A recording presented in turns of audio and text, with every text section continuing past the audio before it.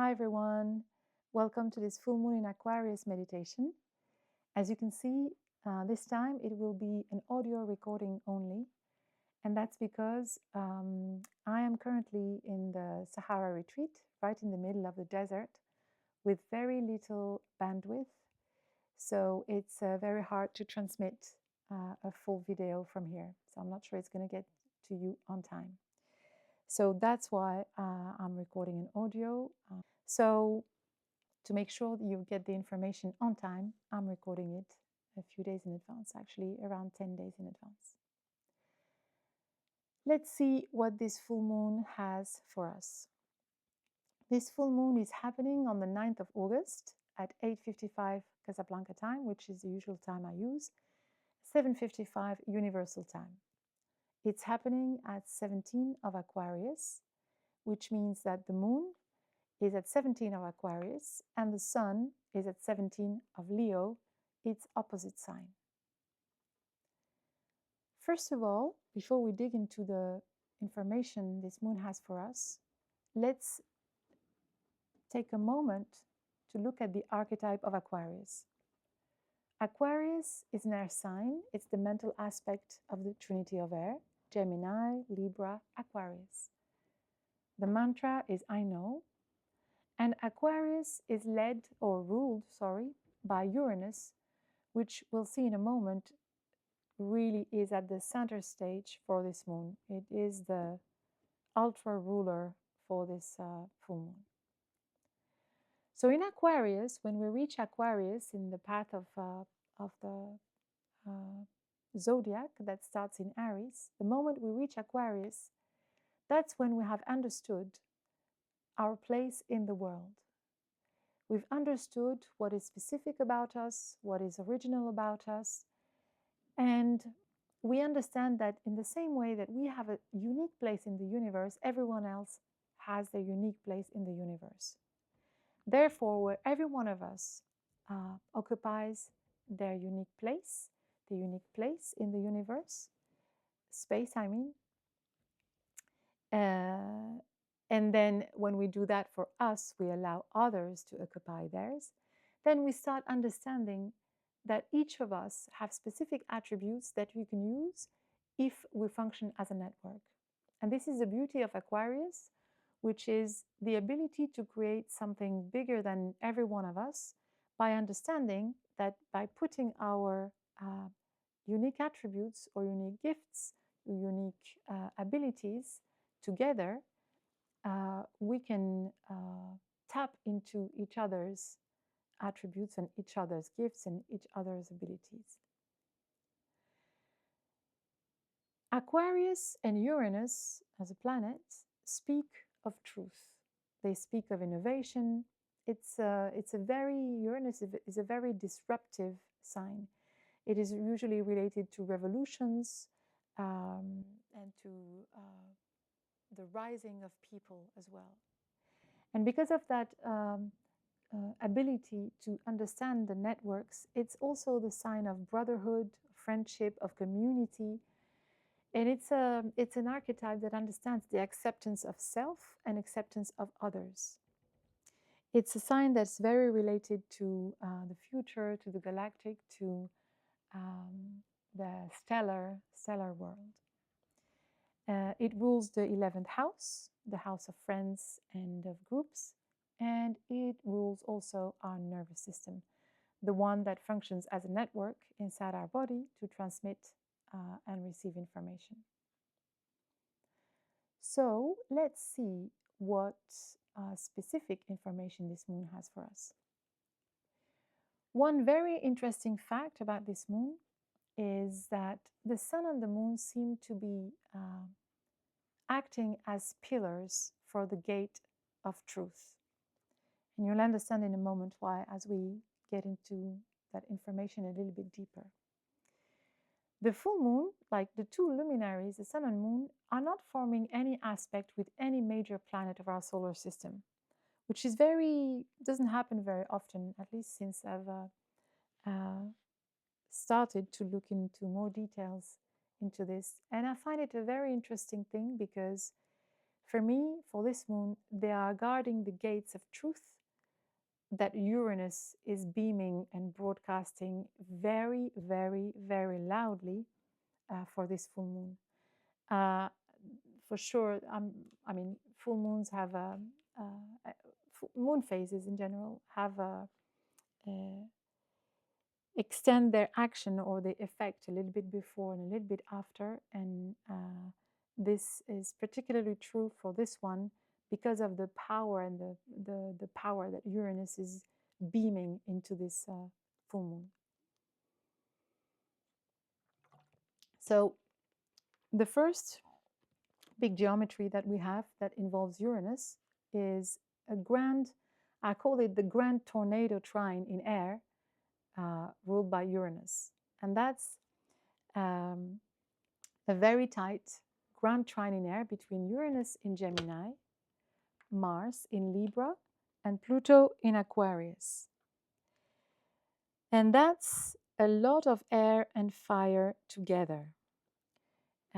So let's break it down. And the connection of these elements, like imagine the air fueling the fire, that's really very potent. And the way it's organized in the sky right now, it really has the potential of a tornado, as in a very powerful force that is very destructive, that also kind of moves very fast and has really, really devastating effects. Remember that devastation is followed by recreation. So for sure, it can be painful and difficult to face, whether at the personal level or more at the collective level, to face huge shocks or huge tornadoes, whatever their nature, be they climatic or more, in the events, in the current affairs. But remember that after each destruction, it's the new grounds to create something new, more in line with what we want and what we seek to achieve. So let's break down this grand trine in air. We have Uranus in Gemini, and that is going to fuel new ideas, new ways to relate to each other, but also to bring truth to the fore, to communications in two ways. So on the one hand, this aspect or this presence of Uranus in Gemini can bring out lies or hidden truths. They bring them out to the light so that they are uncovered. And this can also play out as communication from galactic source. Many people have been predicting and advising that there would be more contact coming soon. This is typically the configuration that, is a signal of that. Then, trining Uranus, we have Mars in Libra. And that is going to demand justice, to put things back into balance and into right relationship. And then we have Pluto in Aquarius. Pluto is the planet of secrets, so another resonance with secrets coming to the light, but it's also the planet of power and deep transformation. And it's also a planet of fire, and it's in Aquarius, the sign of rulership of Aquarius, of Uranus, sorry. So you see that there's that vibration of fire and truth is kind of, and the desire for balance is kind of resonating between these three planets and between the place where they are. Trines are very flowy aspects, so they are very, they're in movement, they speak about movement. And so imagine Uranus blowing its winds on this triangle that has two fiery planets at the bottom. So imagine Uranus at the top of a triangle. To the left you have Mars, to the right you have Pluto. And both of these fire planets are sitting in air signs. So imagine like a big wind blowing fire in places where already there is winds. So it's really like brace yourselves kind of situation, in the sense where I feel this is going to be very related to bringing back justice, bringing things into the center, into where they need to be.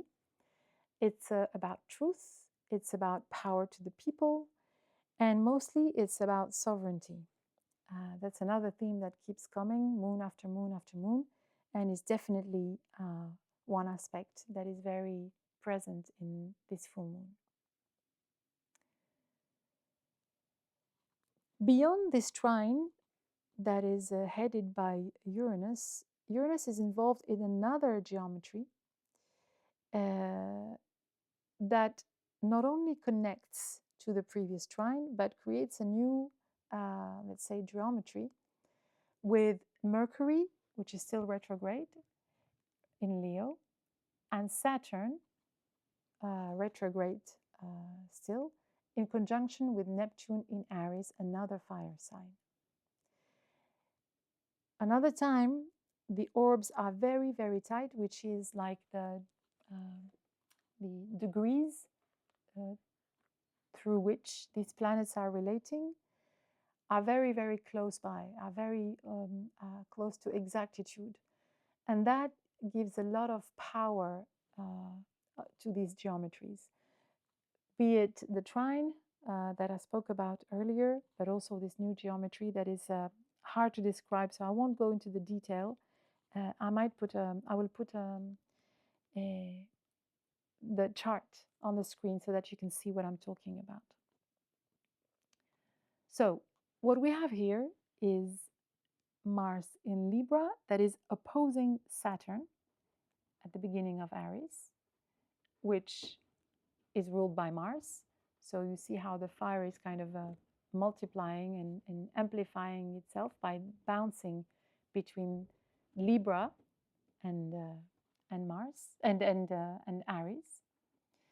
So in essence, this demand for justice and harmony that was already activated in the trine ruled by Uranus, this demand for justice and harmony, it's kind of, there's a demand for that to be integrated in whatever new paradigm we are creating in the conjunction of Neptune and Saturn that is sitting at the beginning of Aries. Remember, this conjunction has been running for a few moons now, so it's still fueling, or let's say overseeing the construction of the new structures, of the new paradigm that we are heading towards and that we are building collectively. So this demand is very strong and is emphasized by the connection of Uranus to these two planets in conjunction in Aries. So there is that aspect, but there's also Saturn and Neptune also connecting to Pluto, the planet of destruction, regeneration, transmutation. So you see how these concepts are being emphasized once and again, as if, you know, someone is calling repeatedly for these concepts, or for these new ways to exist, to be implemented, to be materialized, to preside to what we are building together, to the new society that we are birthing. That's what's happening on the one side of the zodiac. On the other side of the zodiac, we have the Neptune-Saturn conjunction, trine Mercury in Leo. Mercury is the ruler of Gemini, where Uranus has begun its journey and where it is sitting at the moment. And so this conjunction, Neptune-Saturn, is trine Mercury in Leo, the sign of sovereignty and empowerment. So another time we have that concept of sovereignty, of self-empowerment, very present, and very active in a very clear, precise, and repeated way. Mercury in Leo is also connecting to Uranus and to Mars, fueling this new paradigm and its renewal to be based on personal empowerment and on the ability for everyone to shine their truth, to stand in their power, and to function as a collective body.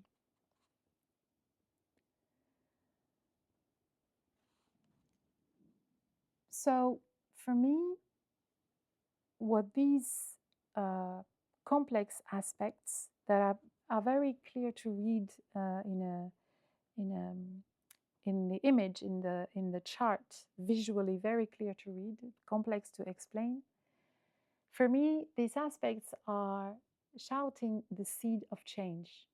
For me, this is the key information, or let's say the essence of what this full moon holds. And this is a breakthrough in the purest Uranian fashion, where truth gets exposed, crushing the old, and the new is being fostered, provided that we take all that information with consciousness, with responsibility. So there's that element as well, because chaos or destruction, if we don't take it with the right perspective, then it's just destruction, it's just crushing what was. When taken with responsibility and consciousness, we can use whatever destruction that happened to create something new and to seed something that is greater, that is nurtured by everything that had to go. And to reinforce that, what I just said, if we look at the Sabian symbol for this moon, the Sabian symbol is a man's secret motives are being publicly unmasked. I don't think it can be any clearer when we speak of truth being exposed and secrets coming to the light. And reinforcing that even more, we have Chiron, the wounded healer, that is in Aries, and Aries, the dwarf planet that symbolizes rebellion against established norms and structure. So Chiron and Aries are both close to each other in Aries, and they are both squaring Mercury in Leo and Pluto in Aquarius. For me, this is about demanding balance, justice, equality for all. It's a very, although they are, let's say, smaller planets or archetypes, they are very, very powerfully together in a very fiery sign that is Aries. And it's the wound of the I am, where we've been disempowered, where we lost our sovereignty, that demands to be repaired. And this is supercharged by Aries, that is really a fiery dwarf planet that demands transformation. That's the square to Pluto in Aquarius, and the reestablishment of our sovereignty, where both Leo and Aries speak of that. And we do that by imagining new ways to express that sovereignty that will establish the structure of the future. Another interesting theme that is being brought up by Aries in this chart. Aries is a feminine archetype, and this aspect is also activated in the background and reinforced in the background by Black Moon Lilith, that is squaring the Sun and Moon and trining Jupiter and Venus that are together in Cancer. So the only, let's say, out of the major planets and celestial bodies that are connecting to the Sun and Moon, out of all of them, it's Black Moon Lilith that is connecting to the Sun and Moon. And I think it says a lot, because Black Moon Lilith is aspects of the feminine that have been rejected, that have been vilified, that we have been forced, all women, collectively, to reject and to suppress. And this is coming slowly to the fore. I would say, even though it's not a major piece of information for this moon, I would keep an eye on that concept of the rebirth, or the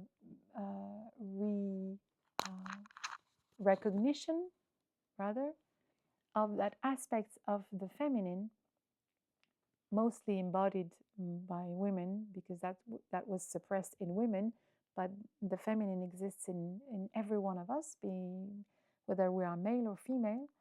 But I would keep an eye on the rise of the feminine in its full expression. For now, the feminine is not being expressed fully. There's many aspects of our receptive aspect is not very, let's say, developed and in its full power. So I would watch for that wave, for it to rise slowly but surely, until it has found the right time, yes, to be expressed and to mature for expression fully in our society and in ourselves. So this is the key information of that chart. There is another star that I want to talk about. You know, I like fixed stars.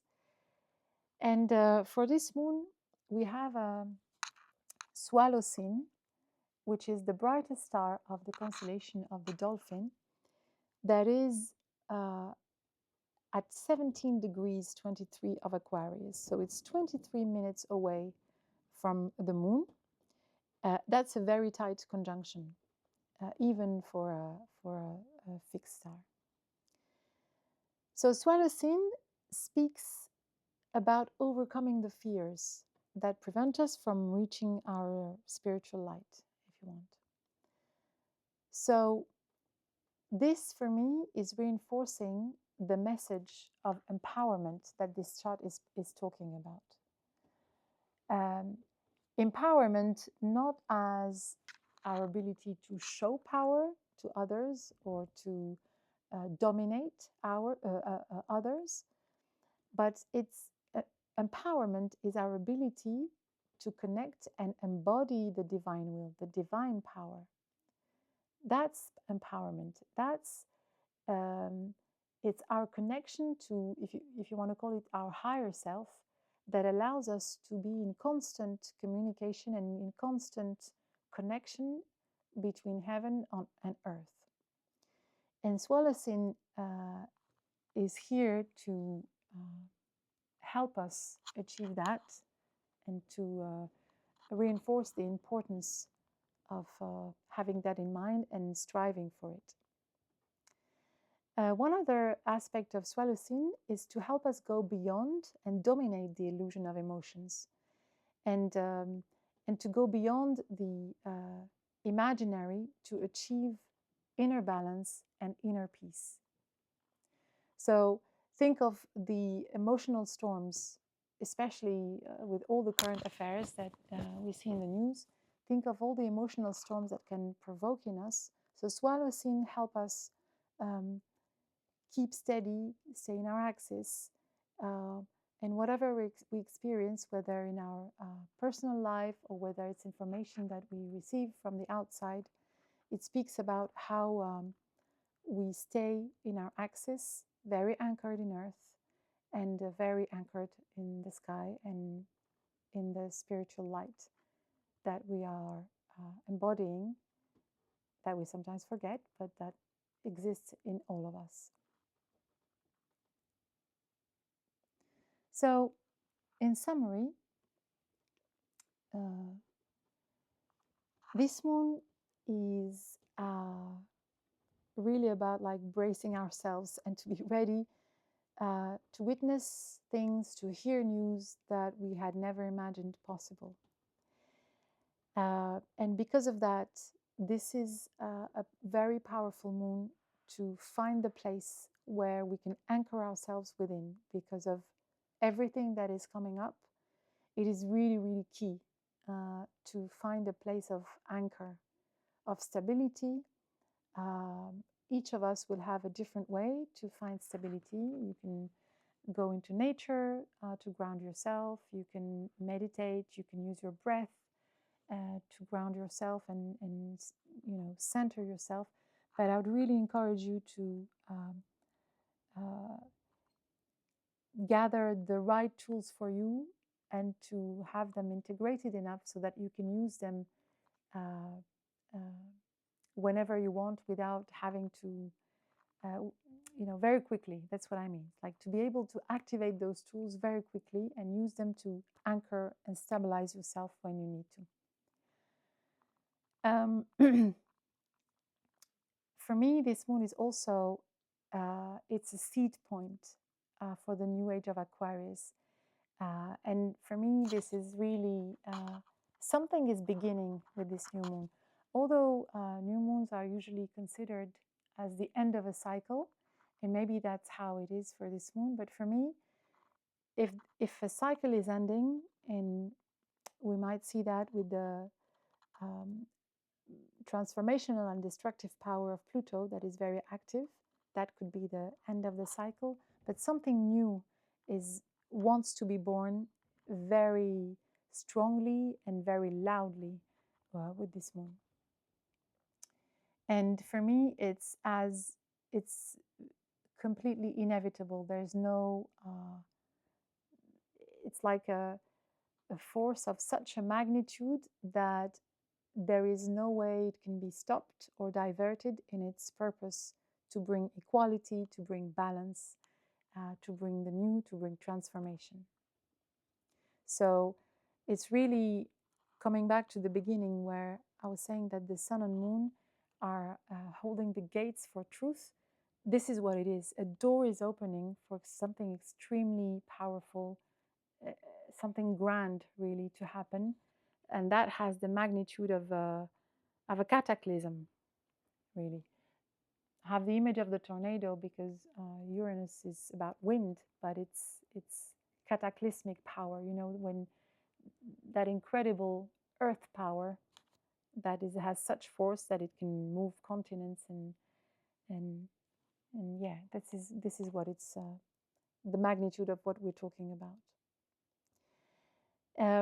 The other important point to remember about this moon is that higher vibrational cosmic forces are involved, not only with Swallowscene, which as you know by now, fixed stars are very high vibrational,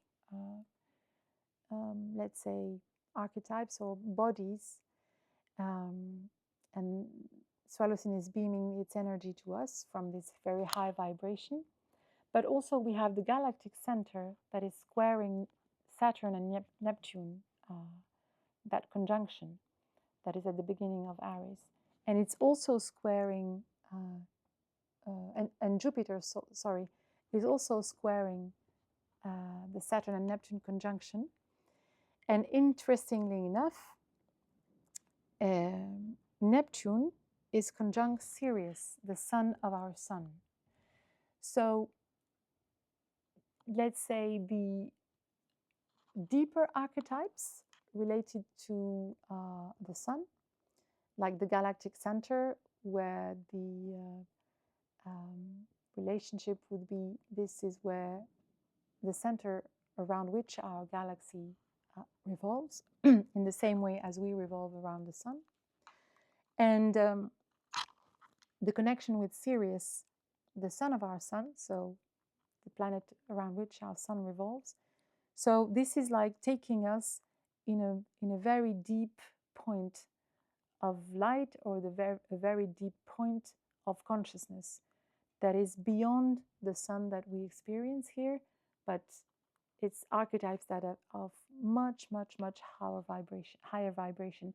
And these archetypes are here with us for this incredibly powerful emergence of, we will see what it is exactly, but for sure of a new age. So this is a true tidal wave.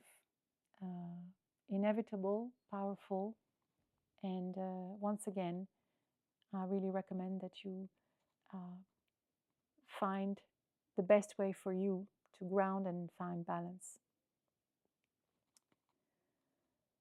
So that's the information for this moon. Let's see what the people of Inner Earth, what message they have for us.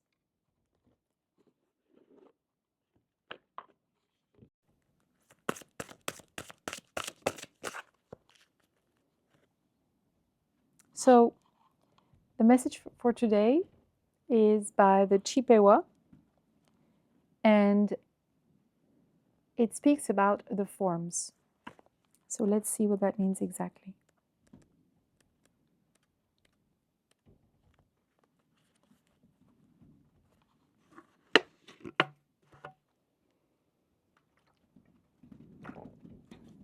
The forms.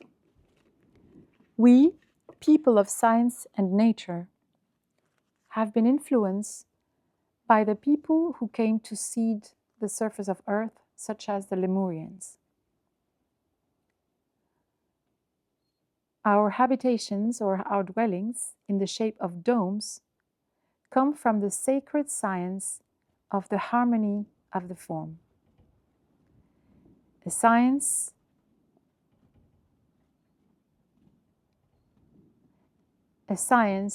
that many people are being acquainted to once again today as the founders of the new Earth. Our dwellings are the reflection of our own internal organization. You can learn to harmonize the curves and the forms to create a space where energy can flow. The environment in which you evolve has a great impact on your state of being and on its level of vibration. You can allow yourself to create harmony to change the vibration of a space and its destiny. The ascension key is energy creates form, and form can create the energy that you are seeking.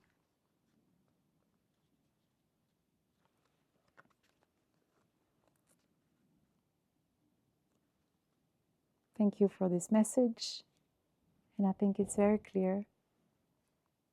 And it relates especially to what I was saying earlier about finding ways to harmonize ourselves and find balance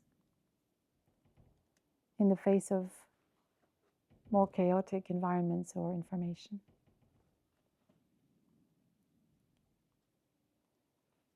Let's move on now to the meditation.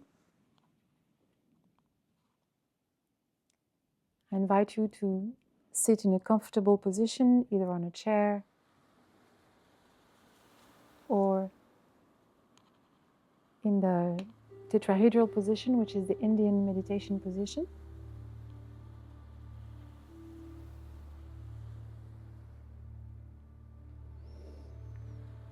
Check your posture.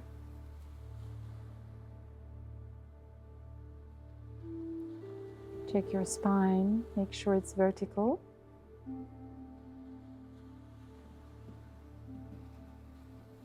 Align your entire spine. Align your neck to your spine. And gently place your head on top, imagining an invisible thread pulling your head towards the sky.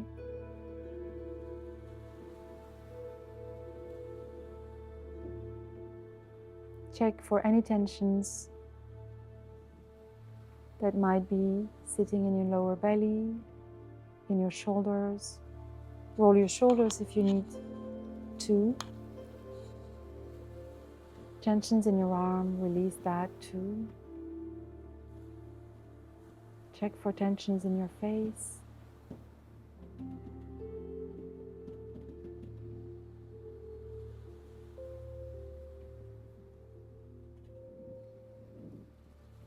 And let's take 3 deep breaths. Inhaling through the nose, exhaling through the mouth.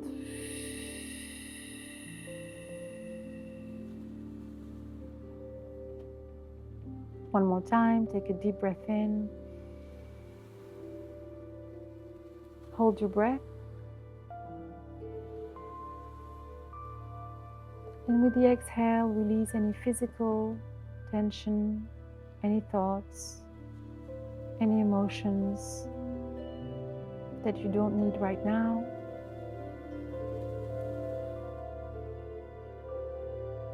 One last time.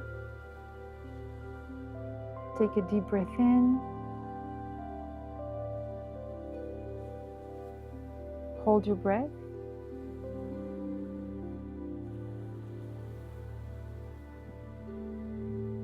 And with the exhale, release any residual tension.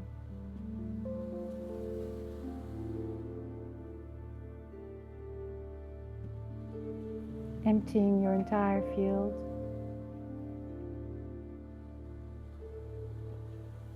And making yourself available for this meditation.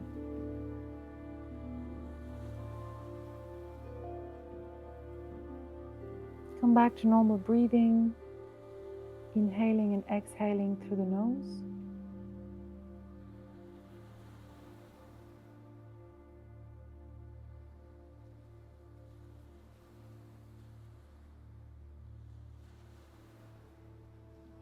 And while maintaining your awareness on your breath, become aware once again of your vertical axis, the line that runs vertically through your spine, goes down into your sacrum and extends beyond, and goes up to your crown and extends beyond.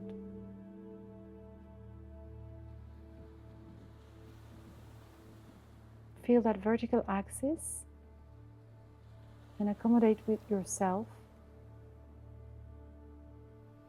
Accommodate your body.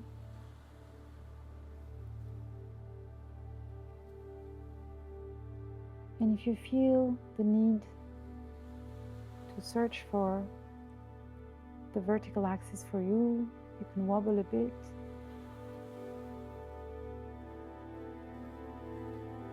Move your spine while maintaining that straight line until you find the right position.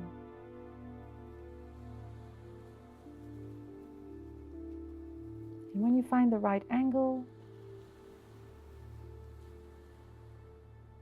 just stay there in stillness and understand that above your head is your north, the positive pointing to the sky, and your connection to the divine. Below your feet is the south, the negative, the receptive, pointing to the core of earth and the channel of your connection will anchor to earth.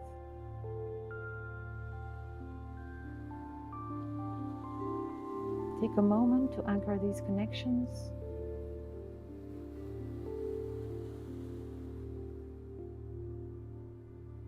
Above and below, to feel those polarities.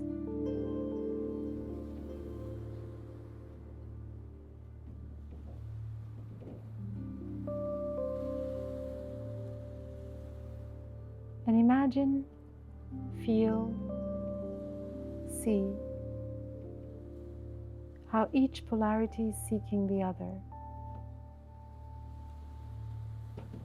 How the positive is seeking the negative below, and how the negative is seeking the positive above. Reaching out to each other, trying to find balance and stability.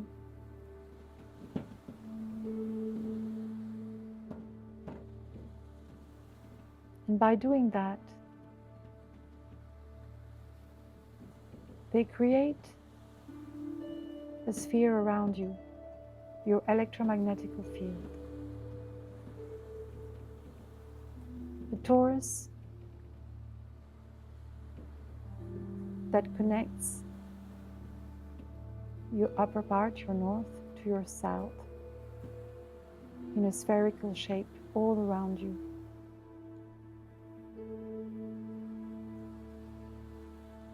Imagine it, feel it, see this field, and take a moment to observe it, explore it. Notice its shape.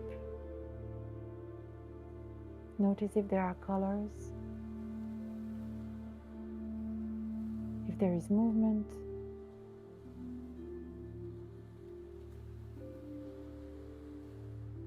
See every detail of it.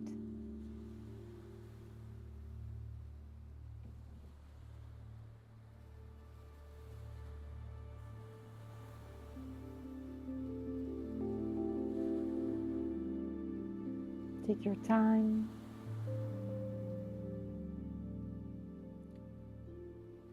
Be precise in your observations, or use your imagination.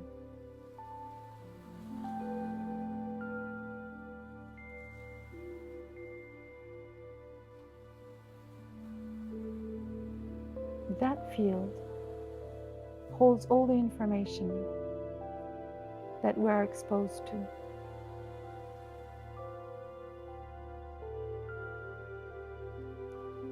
It holds all the imprints of our actions, of our words, of our thoughts, of our emotions.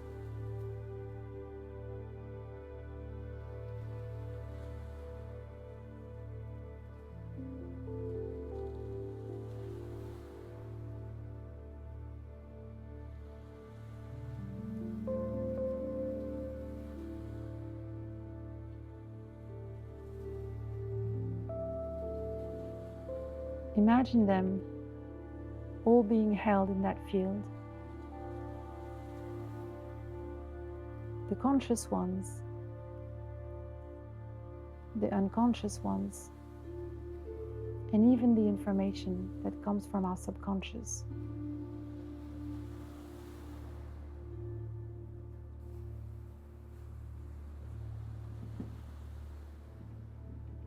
And take a moment to think of one situation, one emotion, or one thought that you know provokes imbalance in you.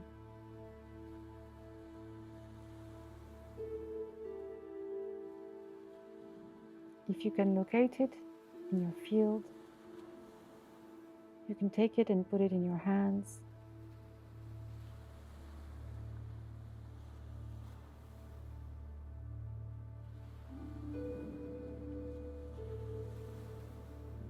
And recognize that this emotion only creates imbalance, only puts you off your axis when you experience it from the perspective of your unconscious.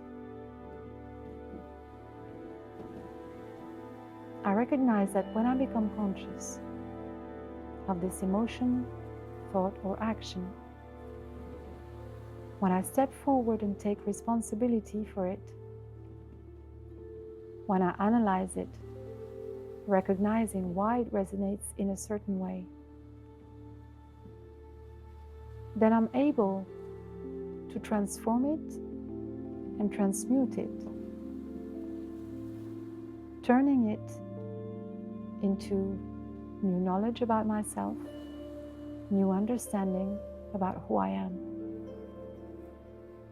and reestablishing not only my inner power, but also balance within.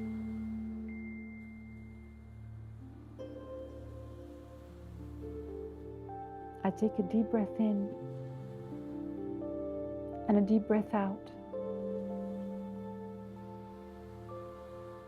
And I take that emotion thought or action that I have chosen. And I take a moment to understand, why do I feel that? Or why do I do that? Or where does that thought come from? When did I start to experience it first? What happened that made me think, feel, or do things that way?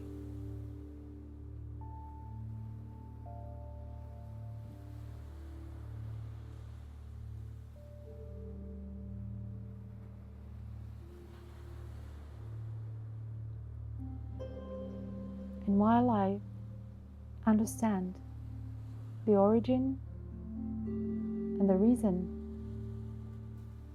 why this thought, emotion, and action is there and repeats itself,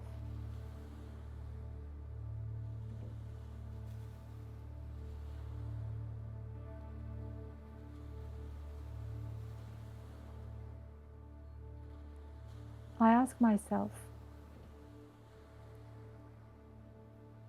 how can I act differently? What did it serve? What purpose did it serve? How was that thought, emotion, and action beneficial to me? And how can I change it?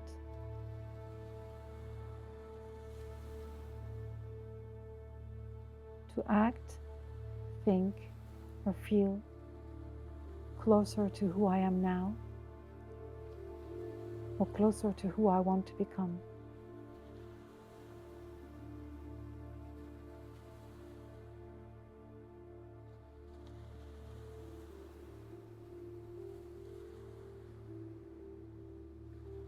And as I bring resolution to this conflict, as it's conflict that creates imbalance in me, I understand that I can do that with all the conflicts that I hold within, that I feel are creating imbalance in my life. And I know that the more consciousness I bring to each of them, the more I can shine my light, the more I can illuminate my path, the more I can inspire others to do so, and the more I can find my unique place in the universe.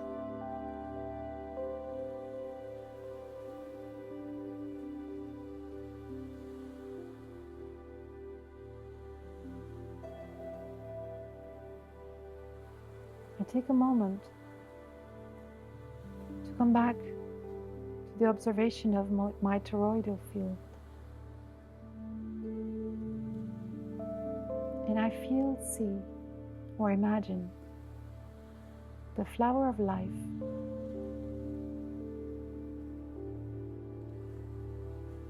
appearing all around me.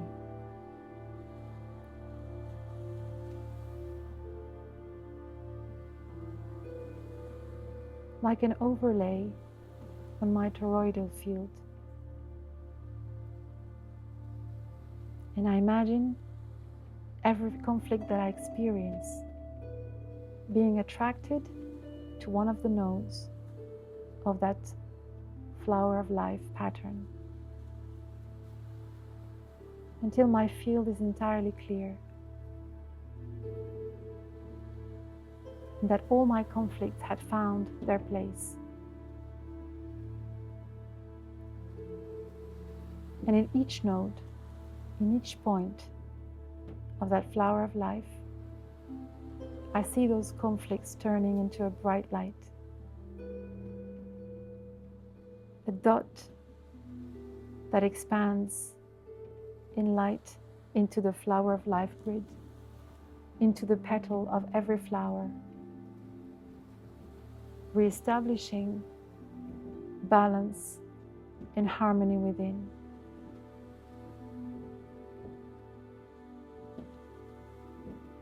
And I understand that this pattern is the fabric of life itself,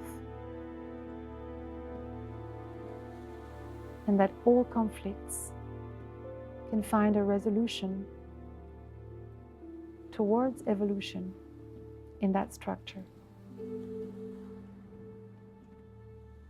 I take a deep breath in and a deep breath out.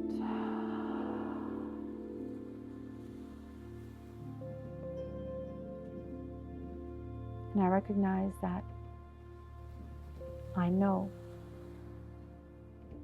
that I can, for I am. And I calibrate with sound.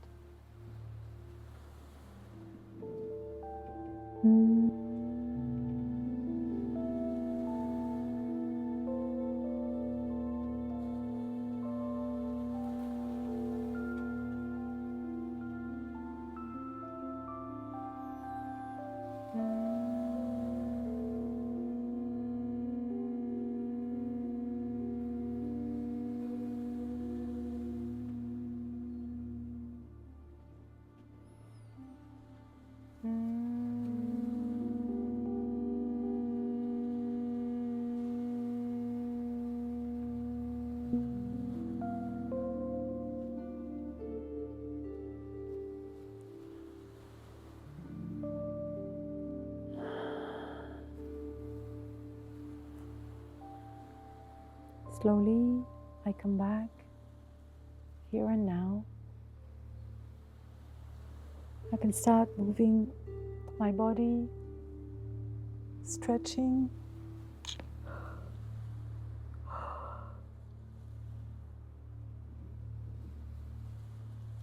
And when I'm ready, I can open my eyes. I wish you a beautiful full moon in Aquarius. Until then, stay safe, be well, and I will see you at the next moon phase. Bye for now.